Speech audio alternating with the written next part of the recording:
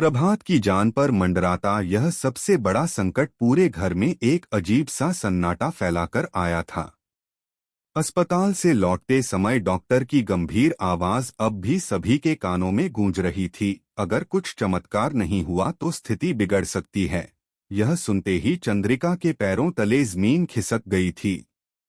अपनी पूरी जिंदगी प्रभात को आधार मानने वाली चंद्रिका के लिए यह खबर किसी वज्रपात से कम नहीं थी।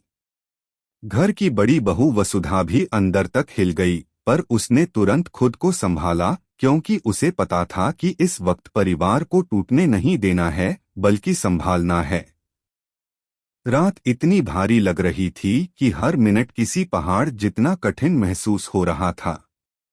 ऐसे में चंद्रिका अपने आंसू पोंछते हुए एकमात्र सहारा गुरुजी के पास जा पहुंची। उसने कंपकंपाती आवाज में गुरुजी के सामने अपने पति की जान बचाने का उपाय पूछा।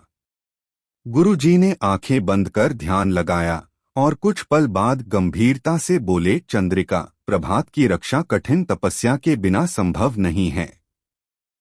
और यह तपस्या तुम अकेली नहीं करोगी। तुम्हारे साथ इस घर की बड़ी बहू वसुधा को भी वही कठिन परीक्षा देनी होगी। दो शक्तियों के मिलकर किए निस्वार्थ प्रयास से ही प्रभात के जीवन में वापस प्रकाश आएगा। गुरुजी का यह आदेश सुनते ही चंद्रिका जैसे ठिठक गई। वसुधा, वही वसुधा जिससे वह पिछले दिनों बेहद नाराज थी। वही बहू जिसे देखकर उसका गुस्सा खुद ब खुद जाग उठता था। पर गुरुजी के आदेश के आगे वह कुछ कह भी नहीं पाई। उधर देव और वसुधा तुरंत तैयार हो गए। पिताजी की जान बचाने के लिए चाहे कितना भी कठिन मार्ग हो, हम पीछे नहीं हटेंगे। हालांकि चंद्रिका के मन में वसुधा के लिए अब भी गुस्से की लपटें जल रही थीं, फिर भी परिस्थिति ऐसी थी कि वह अपनी भावनाओं को दबाकर खामोश हो गई।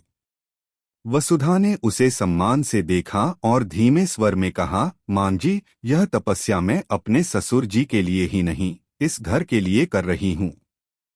और आपके लिए भी। यह सुनकर भी चंद्रिका का चेहरा जड़ बना रहा, पर उसके भीतर कहीं कोई दीवार हल्की सी दरकने लगी।